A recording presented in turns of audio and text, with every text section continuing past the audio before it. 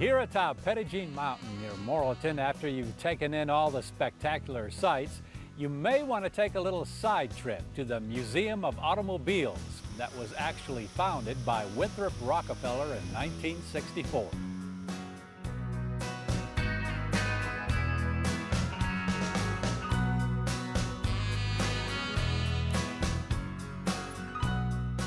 Inside the museum, you can check out Rockefeller's 1951 Cadillac, in which he made the trip to Arkansas in 1953. There's also his 1967 Cadillac and his 1914 popcorn wagon. But this is just for starters. We have a Packard that Mae West owned. We have a little Ranchero that Elvis owned. We've got a Continental that Kennedy owned, and we have two cars that were made in Little Rock. They were the Climbers. There's only two left in existence, and we have both of them. The Climber Motor Corporation of Little Rock was in business for only 5 years, from 1919 to 1924, and during that time only about 200 cars were built. First-time visitors to the Museum of Automobiles are quite simply amazed. Oh yeah, you hear gasps at the door when they come in. Wow, you know, that makes you feel good. And we do rotate the cars out occasionally. You know, somebody will donate one and we'll bring it in. And like the old Bel Air back here, that was donated to us, and we put it in a couple weeks ago. And there's that Hudson truck that I've never even seen a Hudson truck. So if a person were to come back, say, 2 years later, they may see something different. There will be something different. Most of the cars that are donated to us, we do keep most of them up here because people that donate them, they like to come see that they're still here.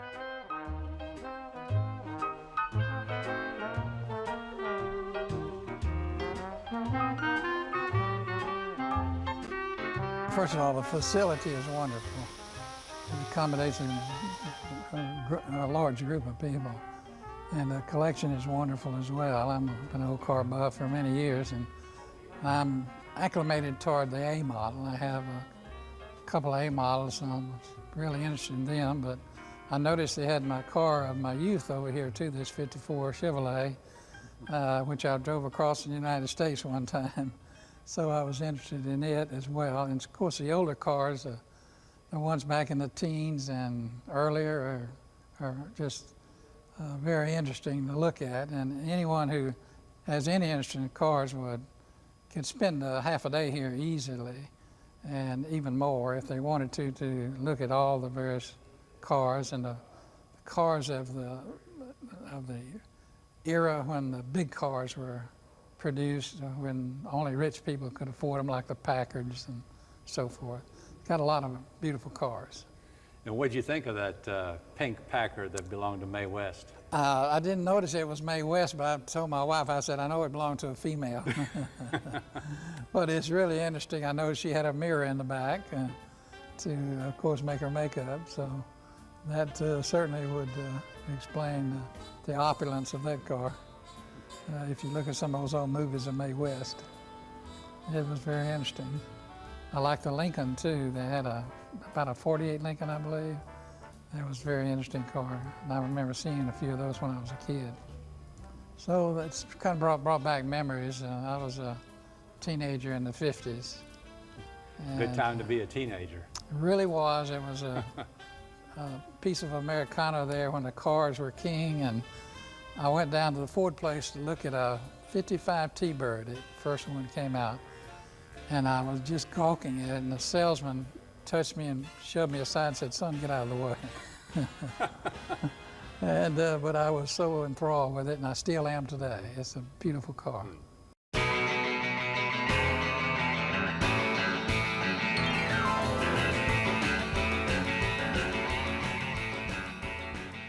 What is amazing to see is the simplicity of the engines back then. Yeah, that's right. I used to have an old pickup, and you could just lift up the hood and just crawl right in the hood and start working on it. I mean, right underneath the hood and work on it. Nowadays, you can't even see the hood, see the motor. Yeah, they're very simple. I'm surprised how some of them were so cheap, but yet others could get pretty expensive for back in that age. I mean, yeah, we're not talking like today's money.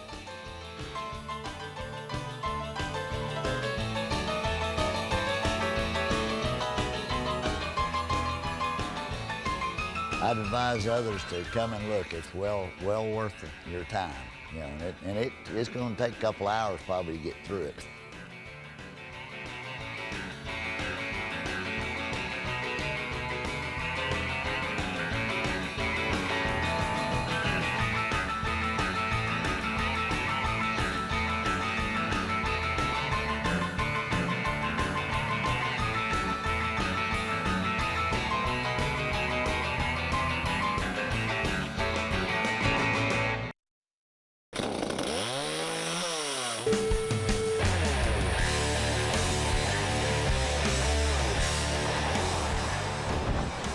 Well, we finally spotted Bigfoot. He's been hanging out here in Alpena in northwest Arkansas.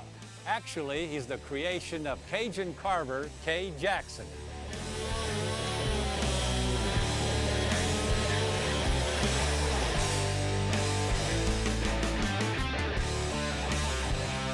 My husband decided he wanted to try it first, and he did. And I wanted to try it, and he didn't want me to at first, of course. But it ended up to where I started, I loved it, I've been carving ever since. I just love what I do.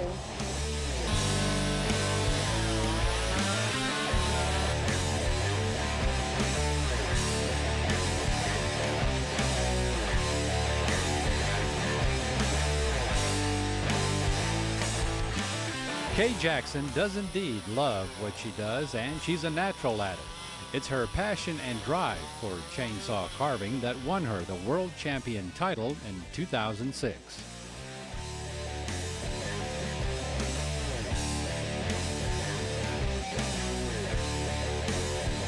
When you start like with the stump, how do you go about then creating?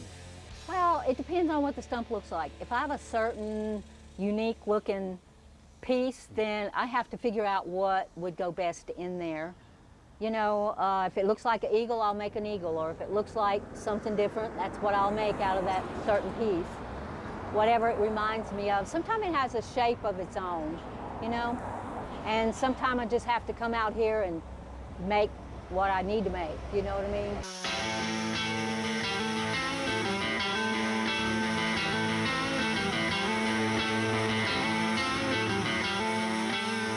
So is it like therapy maybe for you, or work, or kind of both? Kind of both. I love what I do, and it's, you know, it's kind of tough sometimes. Sometimes I have challenging projects, but I love it. I love what I do. I've always loved it and always will.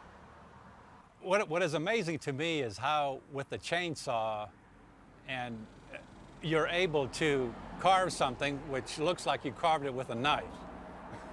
Well, a lot of people say that. Watching you, you make it look really easy, but I've been doing it for 25 years and it just gets easier every day, you know, and so you're naturally going to get faster every day that you do your job, whatever your job is. So Sasquatch out here, Bigfoot, what led to creating him? Well, everybody loves Bigfoot. Everybody loves Sasquatch, so figured why not? It's a good thing to make. People love him. They take pictures every day. It's just a good thing. I like them. That's all. And you probably sell a lot of those the bears in the stump. Oh, I do. Yeah, yeah. All the time I'm making that, and it goes very quick, and people love them, and they make great gifts for, you know, the babysitters at home whenever they're on vacation, or mom and dad. Makes great gifts for other people, plus they love them for themselves as well. Well, you're probably one of the few women that do this in Arkansas, aren't you? Yes, that's very true.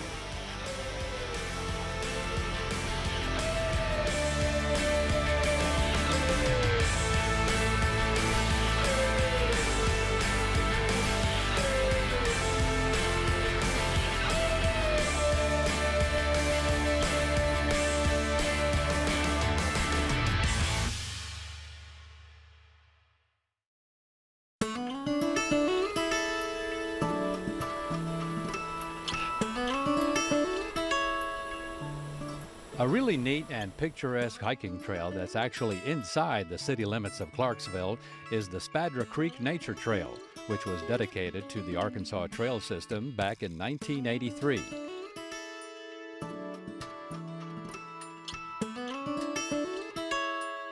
The trailhead parking is just north of Interstate 40 off Rogers Street behind McDonald's.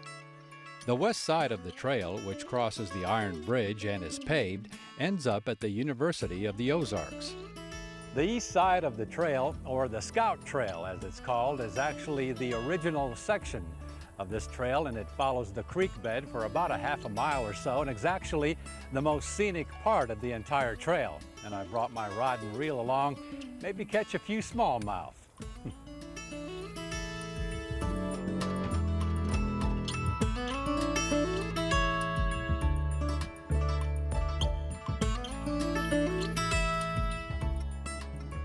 The thing that makes this portion of the Spadra Creek Nature Trail so unique is that it looks rugged enough to be located somewhere deep in the Ozark Mountains, and yet it's right smack dab in the middle of Clarksville.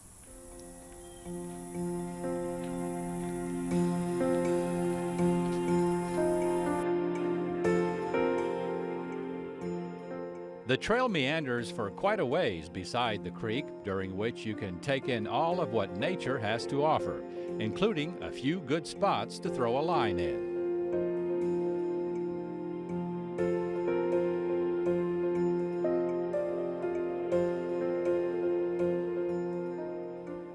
After crossing a couple wooden footbridges, you'll come to a real nice, peaceful setting overlooking Spadra Creek.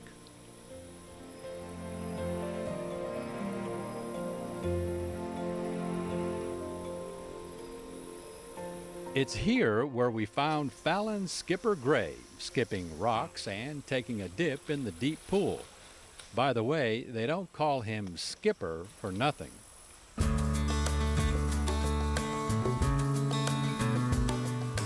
come here about 4 or 5 years, and it's a great place. Great place. Fun times, good camping, good skipping rocks. It's good times. Yeah, your rock skipping really impressed us. Yep. What was the limit? The top you had was 42? 42 skips. Yep. Wow. That's cool. Yeah, this is a nice swimming area here. It's great. Skipper told us that the fishing here is great too. And we did spot an entire school of fish, but that was about it. Spot, not catch. Oh well, the hike and the scenery made up for all of it.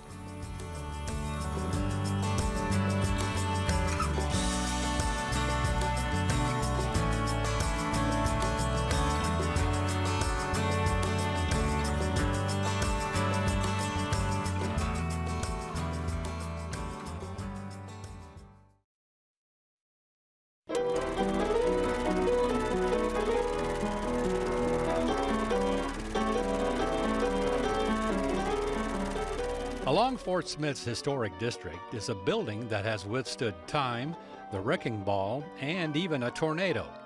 It's now the Fort Smith Visitor Center. But what it was before is quite the story. It was originally named the Riverfront Hotel, and then a lady by the name of Laura Ziegler came along and changed the place into, well, let's just say catering to a different clientele. Carolyn Joyce now portrays Miss Laura at Miss Laura's Social Club. Hi. Hello there. How are I'm you? Chuck. Chuck? Laura Ziegler. Nice to meet you. Nice to meet you. I'm not here for the original hospitality, just for the architectural and historical review. Oh, I understand. Okay. Now, you bought this way back when for what, $3,000? Yes, I actually borrowed the 3,000 and built it and opened it about 1903. And since then, it's been quite through a few turmoils. Well, it has. It has. It, you know, it went through a flood, it went through a fire, it went, you know, we've had several, and then the tornado of '96, but about all back together and open every day for tours. So what do people tell you when they come in here? Are they surprised with the decor and the They furniture? are surprised, yeah. I don't know what they're expecting, but they love it here. So They come in, they take the tour. Always enjoy.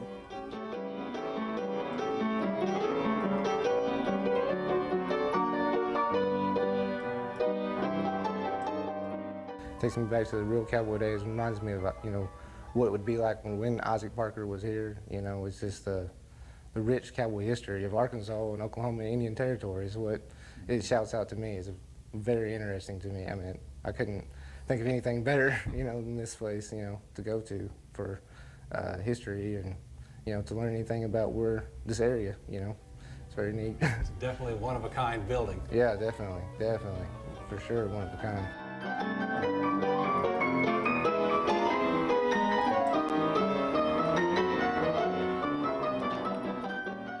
The architecture of the house is unique.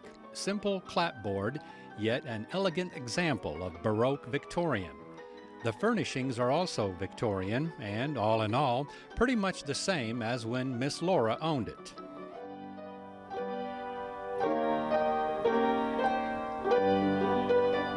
can just kind of imagine what it would have been like back then, and seeing the hair things up there was real neat. The hair tools that they had, just the stuff that they had left behind was real neat, and the building was pretty cool to see. But it was something we really wanted to come see. It was just the history in it. So is it your idea or your husband's idea? It's actually my mother-in-law's idea. She sent us in here. She's like, "It's neat. You guys got to go see it." So it was really cool.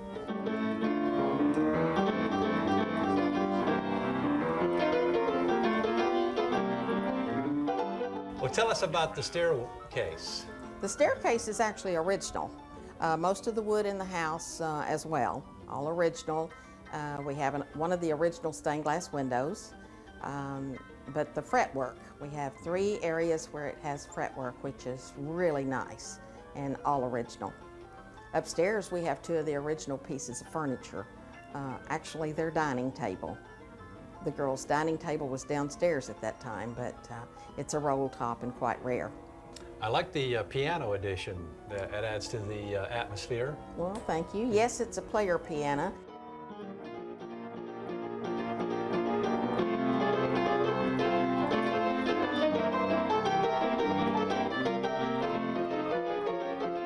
So pay a visit for yourself to Miss Laura's Social Club, or if you prefer, the unique Fort Smith Visitor Center. But don't expect any, shall we say, original hospitality.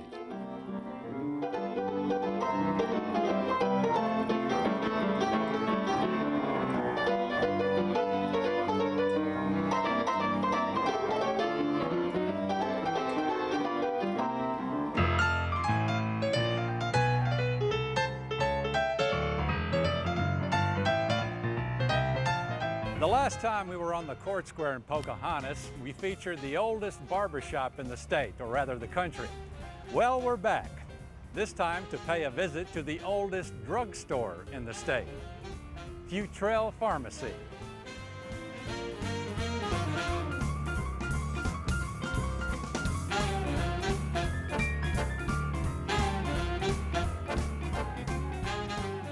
There has been a drugstore at the corner of Bettis Street and Broadway on the town square in Pocahontas since 1854, making it Arkansas's oldest.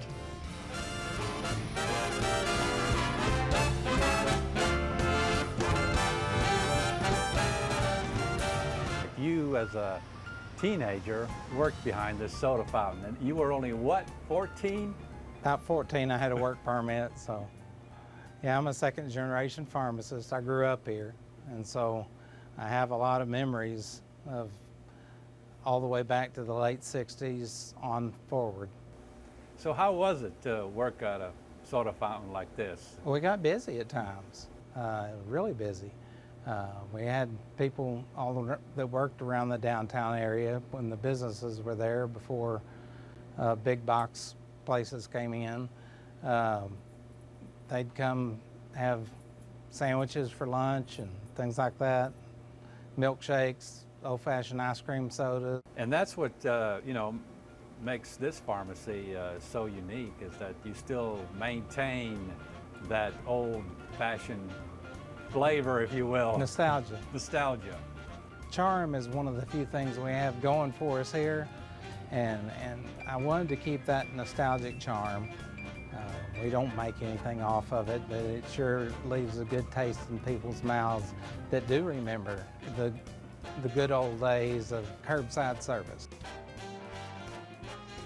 Restoring an old soda fountain back to its heyday is no simple task.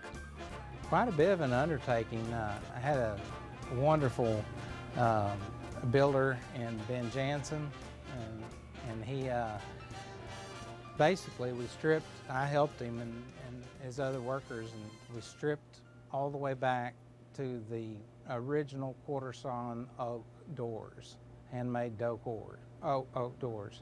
And they were beautiful, and so we just stained them, and the icebox hardware that's on there now, you can't find anymore. You can't get it online, you can't even get it. And if you could, you probably couldn't afford it. But we decided to keep that. We kind of restored it back to what it probably would have looked like in today's society from 1930, the last time the south side of the block burned. And those mirrors are something else too. That was the way they were. That was in the Art Deco era, and blue mirrors were popular. And we retained those, all the metal that's on the back bar.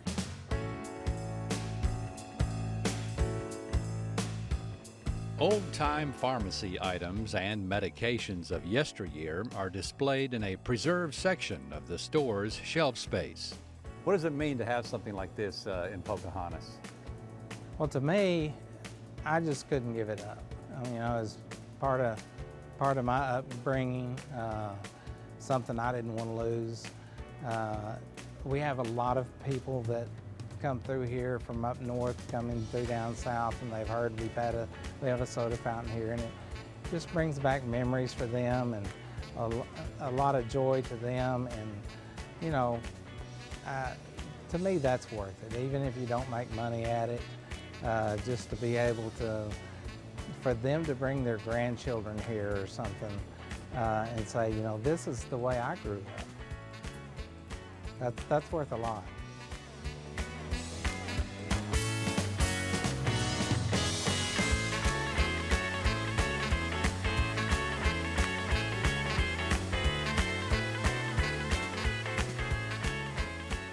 So the next time you happen to be in Pocahontas, stop in at Futrell Pharmacy and have you one of these.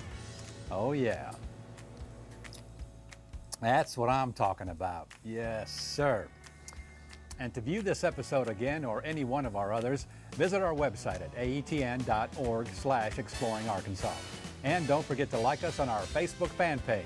And we'll see you again the next time for another exciting adventure on Exploring Arkansas.